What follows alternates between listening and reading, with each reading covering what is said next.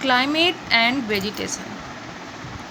As the Democratic Republic of Congo is located near the equator, गणतांत्रिक राज्य Congo जो है located near the equator, equator के पास है, ये लोकेटेड है। ये आपकी बुक में ये डेमोक्रेटिक रिपब्लिक ऑफ कॉन्गो का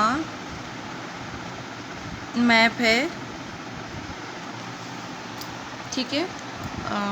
the climate of this region and is hot and wet all year round. Equator पे है इसलिए इसका जो क्लाइमेट है बहुत हॉट एंड वेट रहता है पूरे साल। There is hardly any seasonal variation in the climatic of this region. Climate of this region मतलब सीजनल वेरिएशन मतलब जो मौसमी बदलाव होते हैं यहाँ हार्डली होते हैं, ठीक है, क्योंकि the temperature during the days it between 30 to 35 degree Celsius. यहाँ का जो एक दिन का जो टेम्परेचर होता है वो 30 से 35 डिग्री सेल्सियस होता है।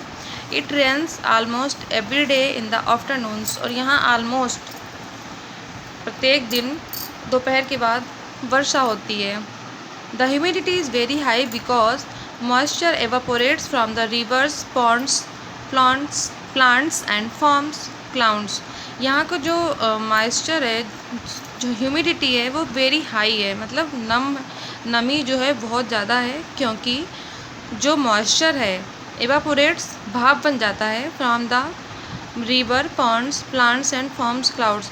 मतलब नदियों से, तालाबों से, रिवर, पॉन्ड्स से जो भाप निकलती है, जो मॉइस्चर निकलता है वो भाप बन जाता है और क्लाउड बनाता है, बादल का निर्माण करता है।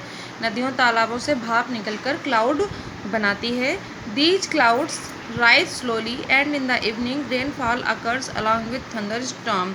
और ये जो बादल बनते हैं ये इन द इवनिंग, इनकी वजह से वहाँ वर्षा होती है विद थंडर स्टॉर्म के साथ, मतलब आंधी तूफान वगैरह भी आता है। Due to hot wet climate throughout the year, पूरे साल हॉट वेट क्लाइमेट होने की वजह से, हॉट गर्म बहुत ज़्यादा उच्च क्लाइमेट एंड वेट नमी वाला climate, this region is covered with dense forest. ये जो क्षेत्र है कॉन्गो का ये फॉरेस्ट से घिरा रहता है।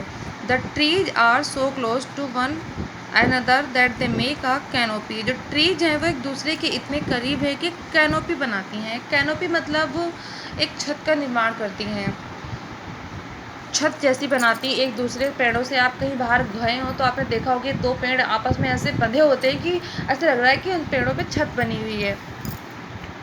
At the top which prevent sunlight from reaching the ground. उस कैनोपी की वजह से, मतलब पेड़ इतने घने होते हैं, एक दूसरे से अपनी शाखाएं ऐसे बांध लेते हैं कि वहाँ जो सनलाइट है वो बहुत मुश्किल से ग्राउंड पे पहुँचती है, ज़मीन पे पहुँचती है। Due to this the forest is very dark inside. इसलिए जो वहाँ का फॉरेस्ट है वो बहुत अंधेरा होता है, बहुत गहरा मतलब अंधेरा होता है। This is why sometimes this region is also called the heart of darkness. इसी वजह से इस क्षेत्र को हार्ट ऑफ डार्कनेस भी कहा जाता है।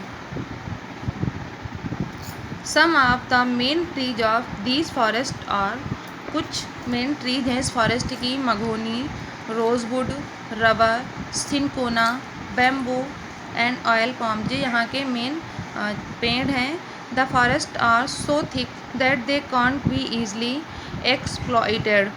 जंगल इतने घने हैं कि यहाँ मुश्किल से इन जंगलों का कोई दुरुपयोग